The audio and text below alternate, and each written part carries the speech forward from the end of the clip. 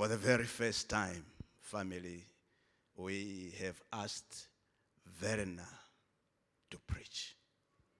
So let's, the Spirit of God be with him, and may his revelation be a blessing to all of us. Amen? Amen. Verna. Thank you. Thank you so much, Pastor David.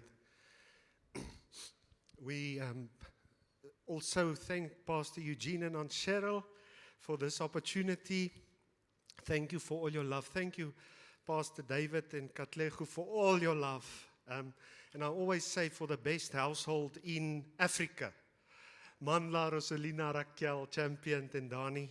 Thank you so much for this opportunity. This is the prophetic word, and the prophetic word says that God is love. God is love.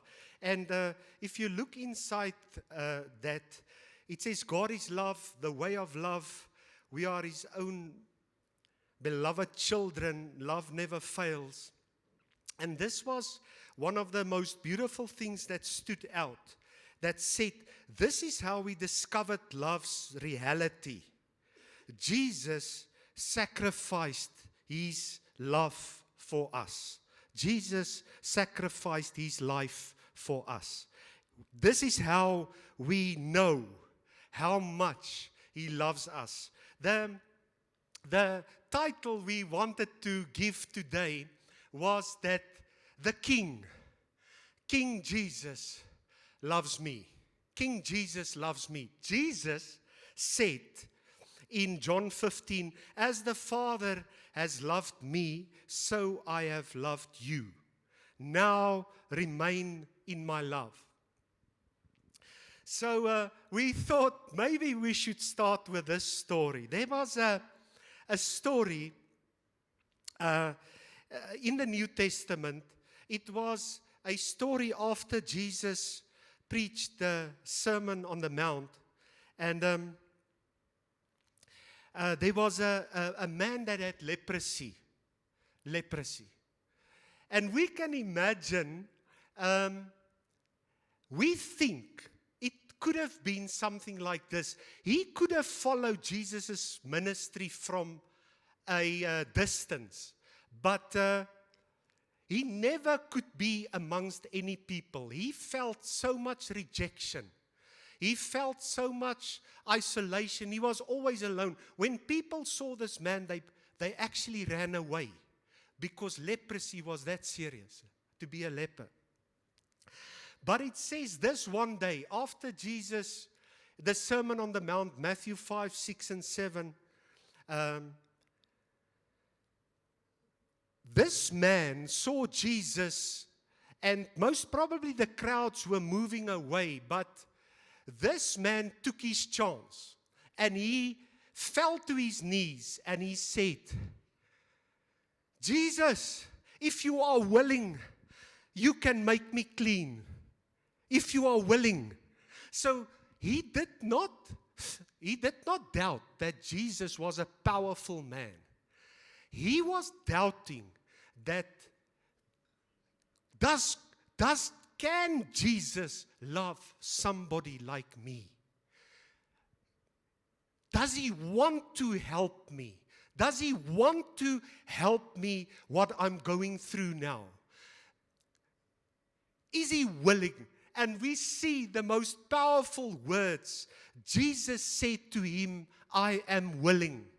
And then the powerful thing is, he probably never saw somebody coming towards him. He only saw people ran. But now, Jesus walks to this man. And the first thing he does, the first thing we believe, he touched this man and embraced him. And we believe there was so much love that flowed from the Lord. Light and love and life came bursting forth. And so we wanted from the onset today to say, if you are wondering, if you are worth it, will Jesus do something for me personally. I know He's powerful, but we want to declare today, Jesus wants to come in your personal situation, and He wants to bring a turnaround for the better. He wants to bring restoration in your finances, in your health, in your relationships. This is the God that we serve. Now, when we sang about Yahweh God, that is in the Hebrew language and culture, the name was the most holiest name. And Yahweh means covenant-keeping God. Now, Jesus also so much just portrayed the love of the Father. But in the Old Testament, the covenant-keeping God that we served gave us names to understand His love better. He gave us names to understand the way He portrays His love to you and me. And we looked at a couple of these names. The first name is this name that we all sing about. It's Jehovah Jireh. Jehovah Jireh.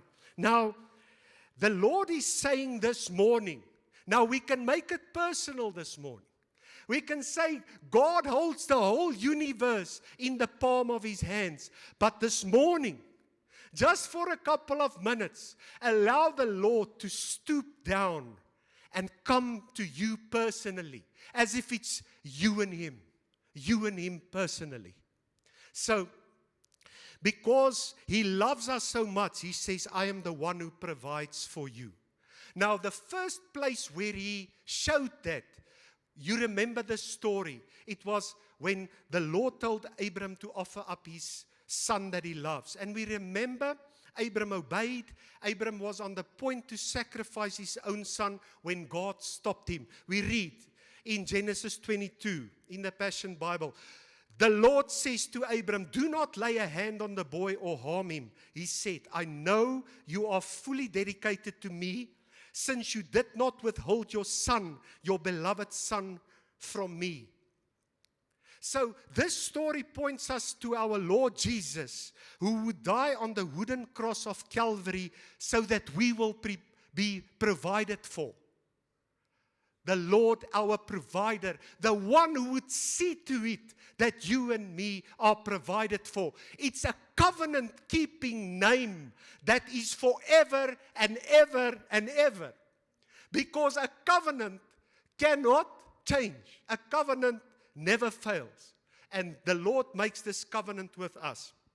And so, in the New Testament, this is what God says. He says, God who did not spare His own Son, in Romans 8:32. God who did not spare His own Son, but gave Him up for us all.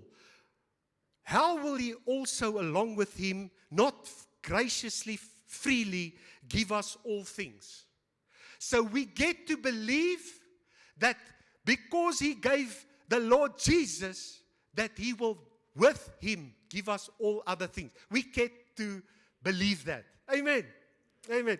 Then He says, I am the Lord who love you, and I'm the one who will heal you. The name the first time was mentioned. You remember when the Israelites came out of Egypt and then they went through the Red Sea, and very soon they came to very bitter water. Who remembers that? Okay, there's a couple. Okay. Now, and the people complained because they could not drink the water. So the water was bitter. But we read in Exodus 15, Moses then cried out to the Lord, and the Lord showed Moses a piece of wood. And then he threw it into the water, and the water became fit to drink.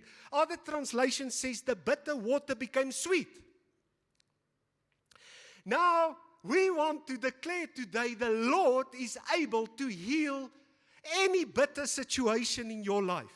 He can make the bitter water sweet. Amen.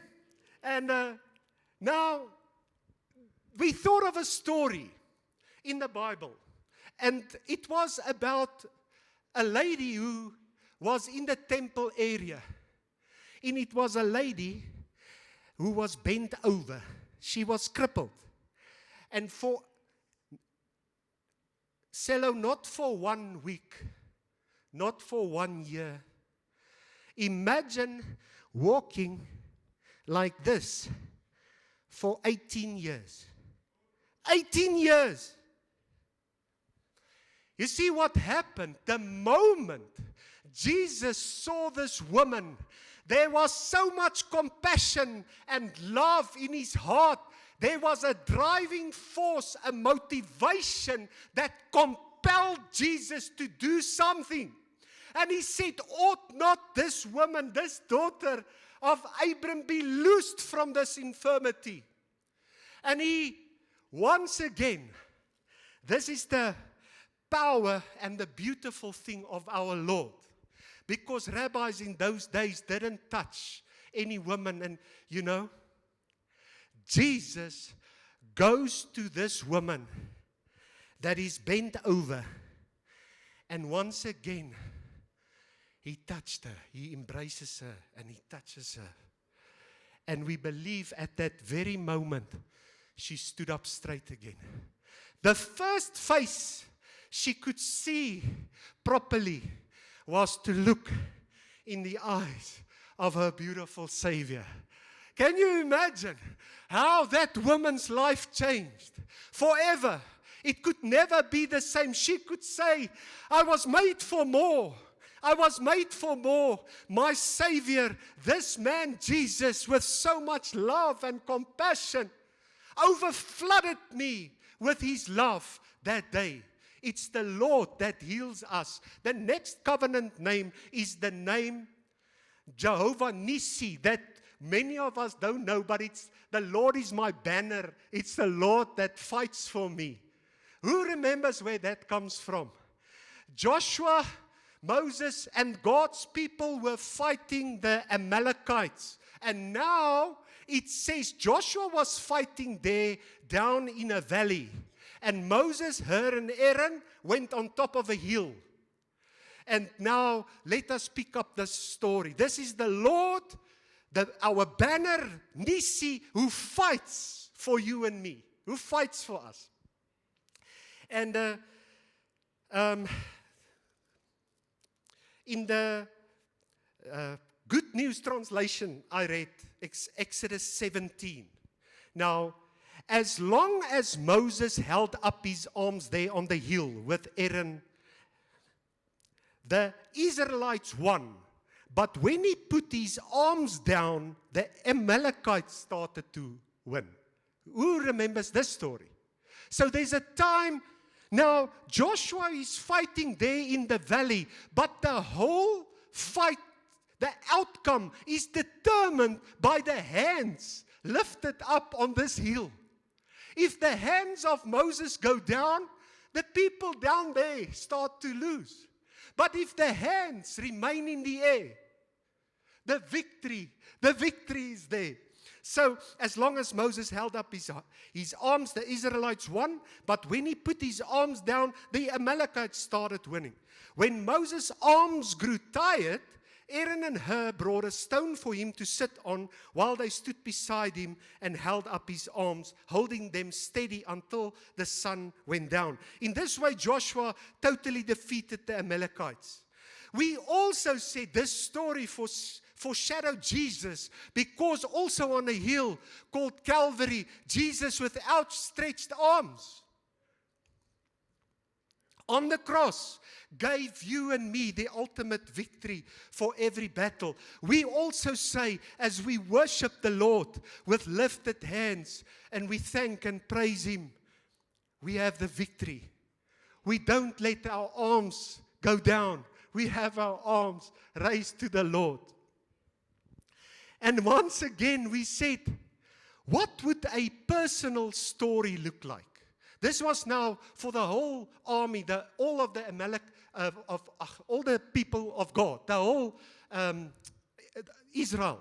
But what would it look like for you and me? And we also thought of a story. And it says early one morning, the Pharisees or the religious leaders brought a woman that was caught in the act of adultery to Jesus. They said the law of Moses says such a woman should be stoned. But what do you say, Jesus? It was to trap him. It just said that Jesus listened to them.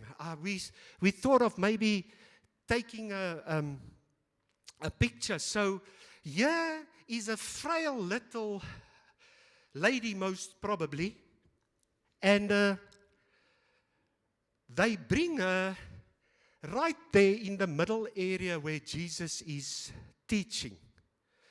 Now, this lady is probably just standing there, shaking like this. And we're thinking she's crying, and big men everywhere are standing there with stones. And they don't really care about her or about Jesus. They are ready to stone this woman. Can you picture this for a moment? You and me standing there. People wanting to kill us. Have you been there? Have you been under such condemnation and shame that you know people are coming against you? They don't care about you. They're ready to stone you. This woman experienced this. And she was just standing there, shaking. And I think she had her eyes closed. And she just said, if there's anything or anyone, I don't know what to do. It says, they said such a woman should be stoned according to the law. But what do you say, Jesus? It says that Jesus just stooped down on the ground and wrote with his finger on the ground. And it was completely quiet there. You can probably just hear this lady shaking and tears. And after a while, Jesus just stood up and he said, okay, it's okay. Let the one without sin throw the first stone at her. And Jesus just went and he stooped down and he just sat like that. The woman still standing there and the people. But this was the sound.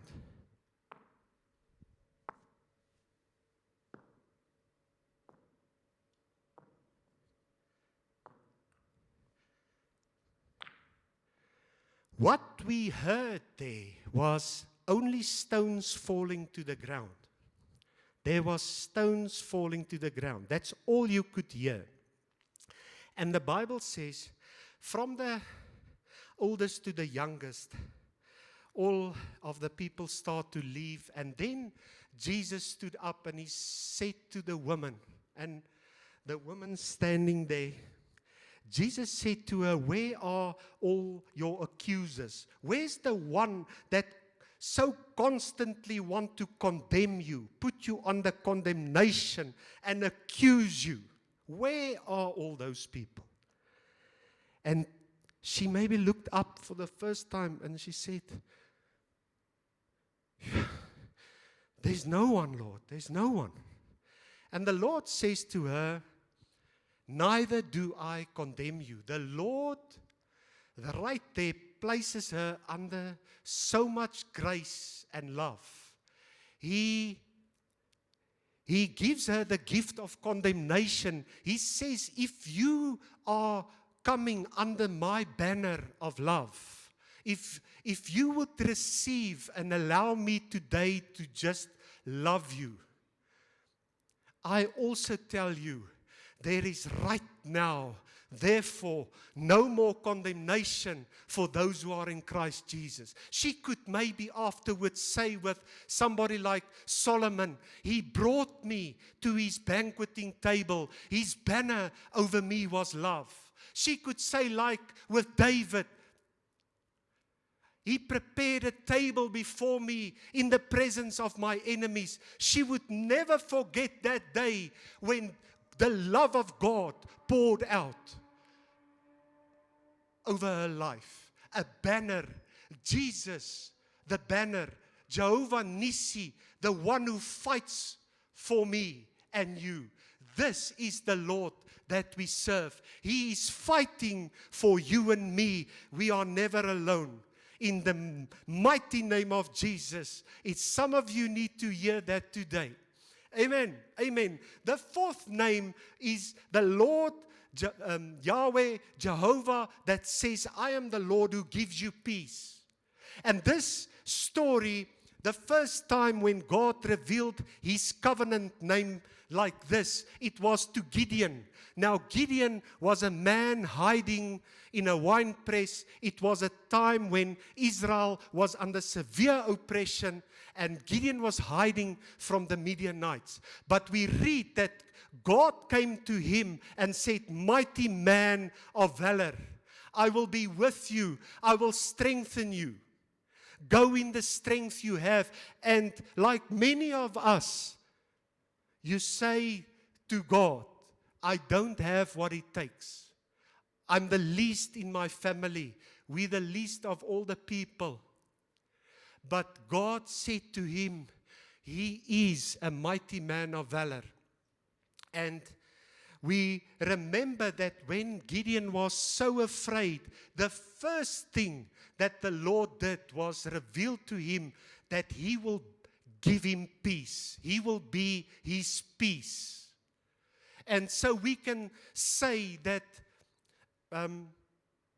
this shalom peace that we receive is what the Lord wants to give us because he loves us so much. And from that place, then Gideon, with only 300 men, could defeat all these enemy armies of the Midianites.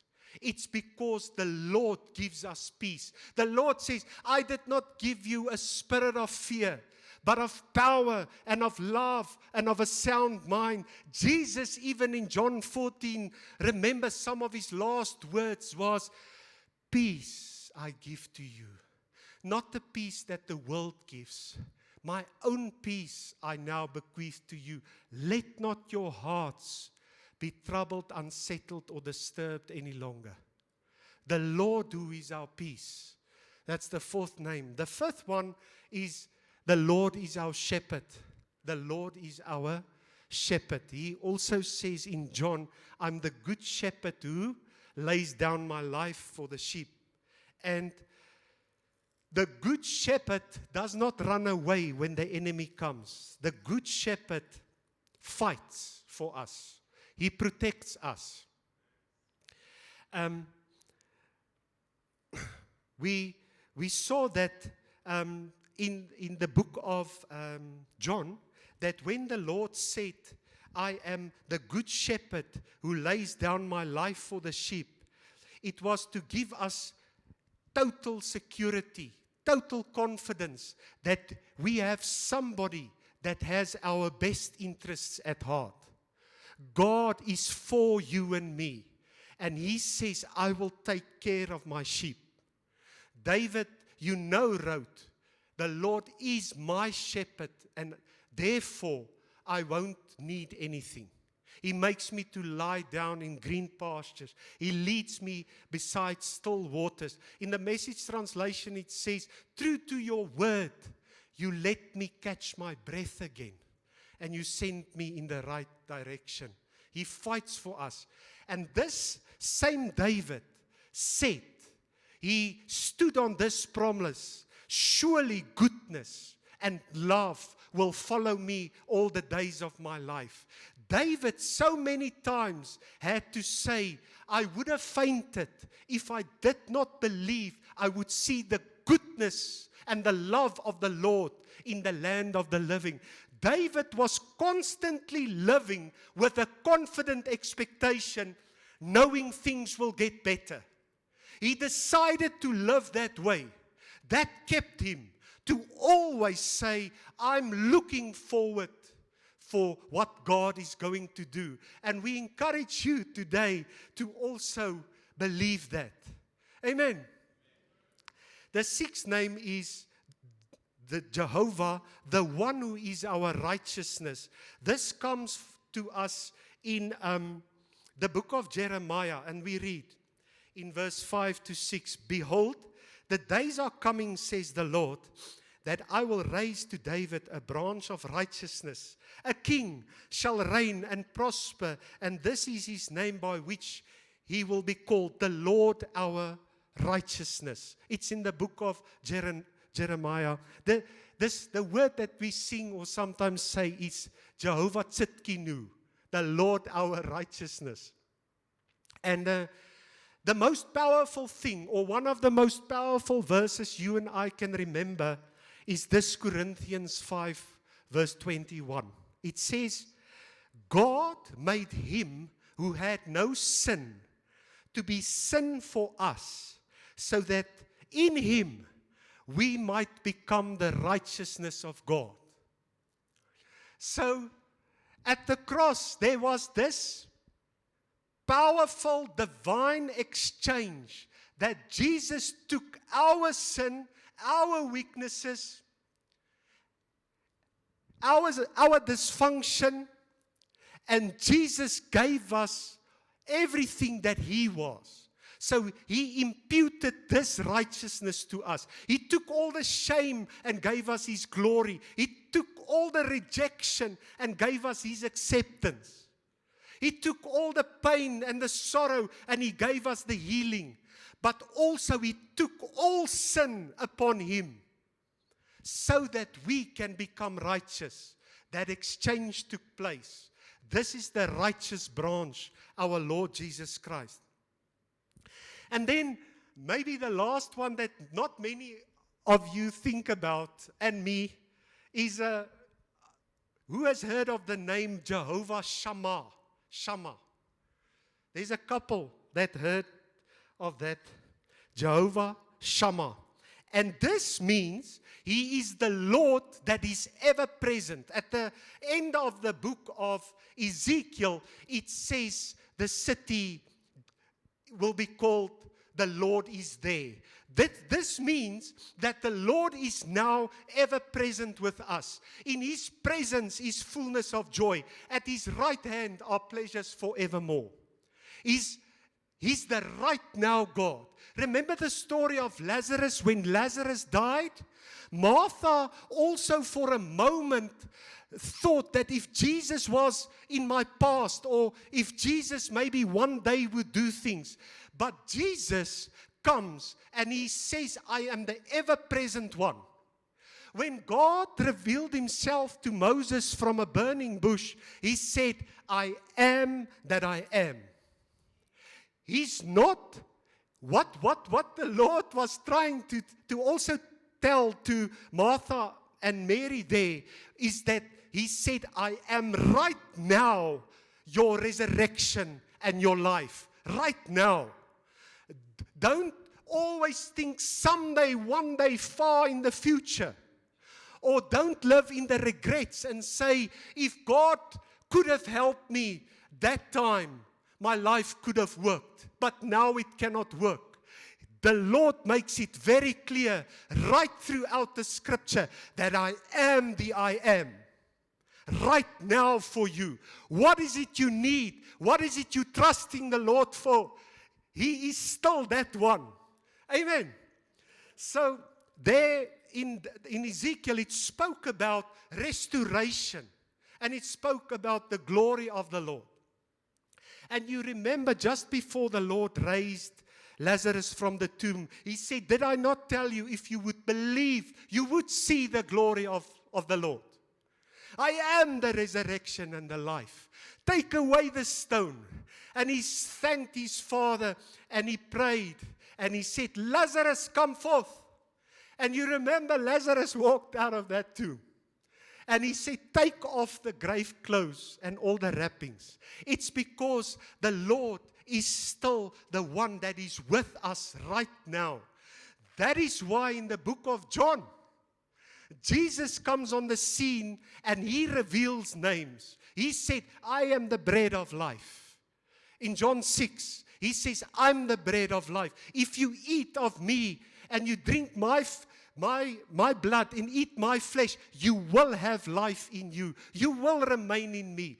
Jesus said, I am right now the bread that comes from heaven. We eat him and we eat his words. Jeremiah says, when his words come, I ate them, for they were my joy and my heart's delight.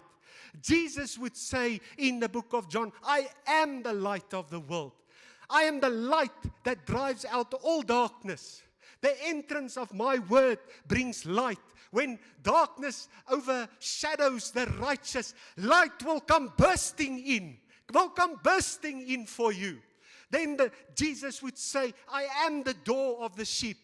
The sheepfolds didn't have doors in those times, so the shepherd would lie in front of the sheepfold. He would protect and make sure none of the enemy will ever be able to enter your house. He's the good shepherd. He said, I am the good shepherd that lays down my life for the sheep. I am the resurrection and the life. I am right now the only way, the truth, and the life to the Father. And then we remember, and that's what's so powerful, I am the vine and you are the branches. I am the vine and you are the branches. And this is something we thought of. The one friend asked his friend that was a farmer. He said, what do you do in the mornings there in your vineyard? This farmer said, I take a bucket of water. He says, oh. He says, and I'm looking for branches that are growing too close to the ground. I never thought of this. I've never heard this. I said, yes. He says, and when I see branches that grow too close to the ground and are gathering dust, they said, oh, you just cut them off and throw them away? He says, no. The branches are too valuable for that.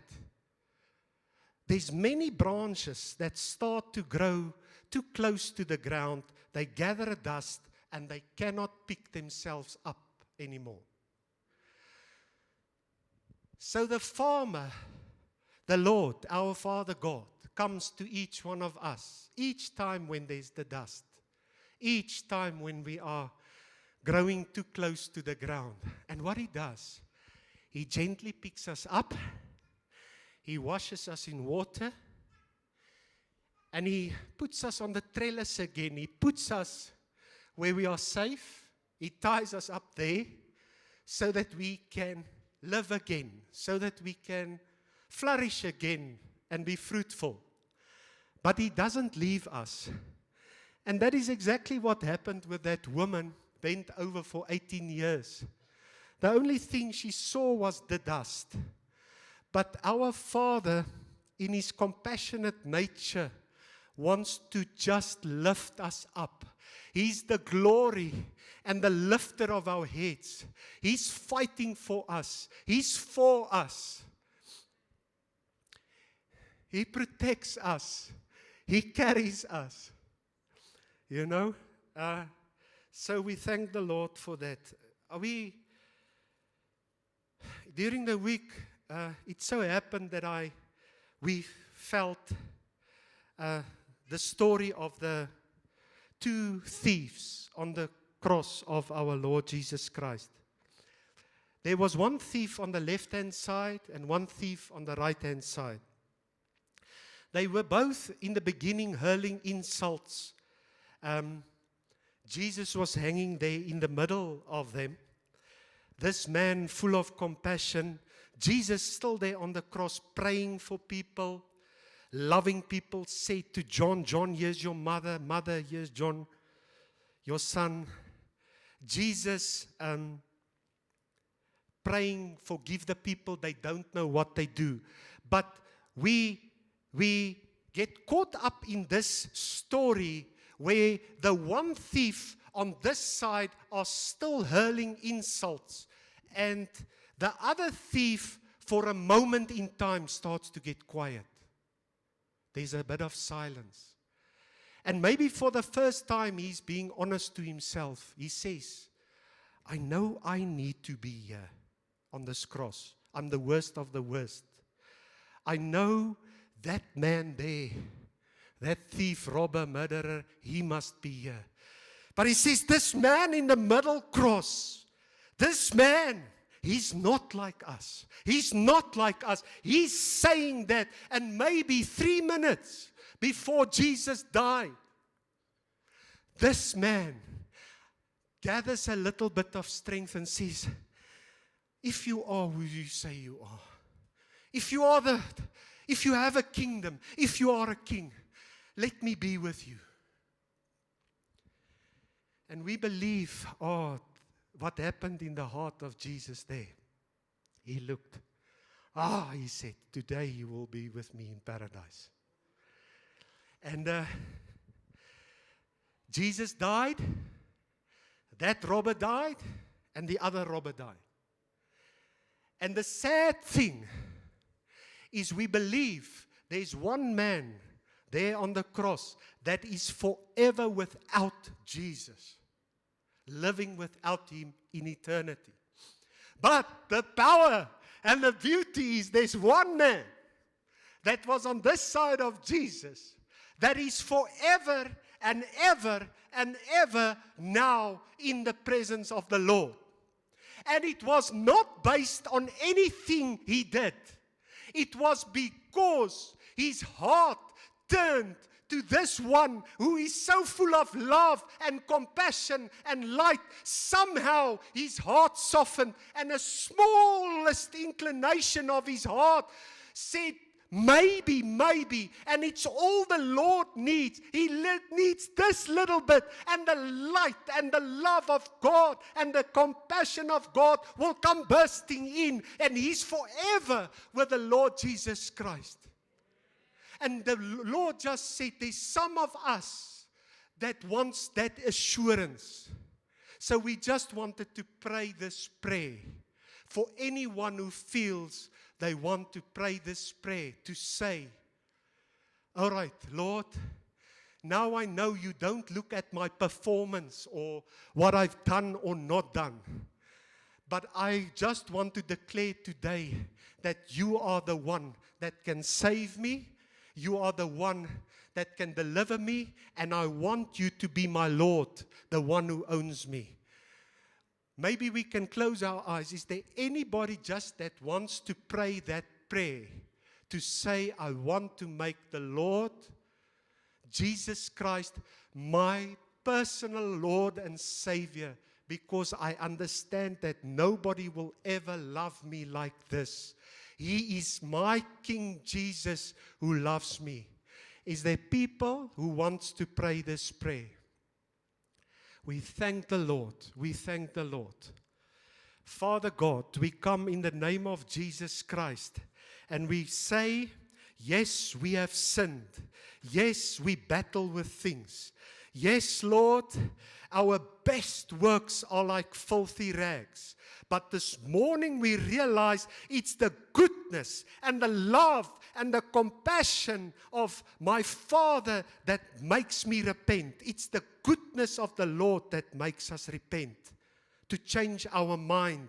So we walking in a specific way.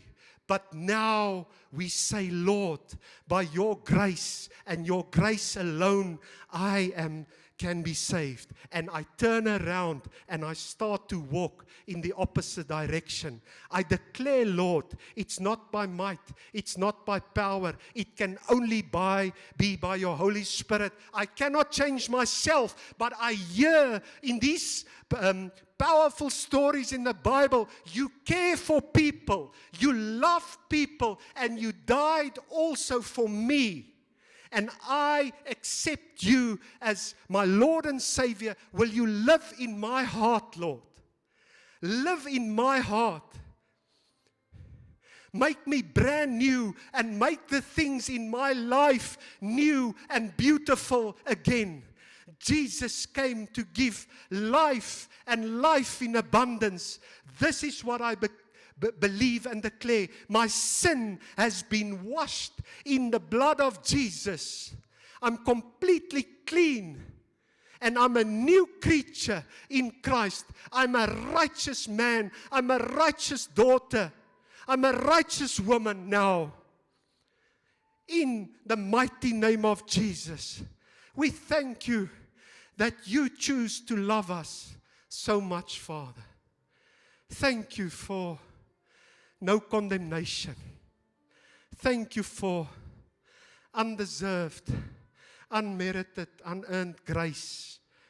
The abundance of grace and the gift of righteousness, we receive that and we just say we believe.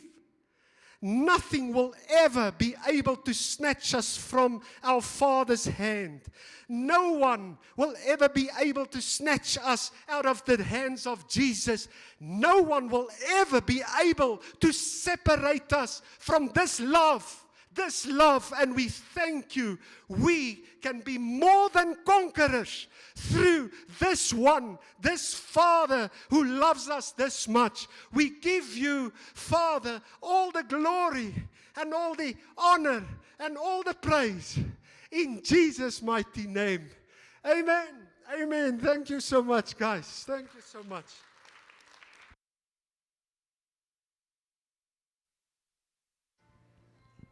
Thank you very much, Vena. And I hope you are blessed. And sometimes you listen to most of these things that he was saying. I hope you are able to follow that there's one binding thing, and that's Jesus loves us. God loves us. From Jehovah Jireh, from the provisions, from this woman who's walking like that, but Jesus lifts this lady up. You understand? So if you are that person who is struggling with whatever struggles, again, it reminds me, I said you are meant for more. Even if you are this woman shaking because there are things that are not well in your life, again, remember that his love says you are meant for more. Thank you, Venom. It all tells you, all these stories, when God fights for you, he's fighting for you. You understand? He's your banner. He's Jehovah Nissi for you because he loves you. So everything goes back to one thing. He loves you.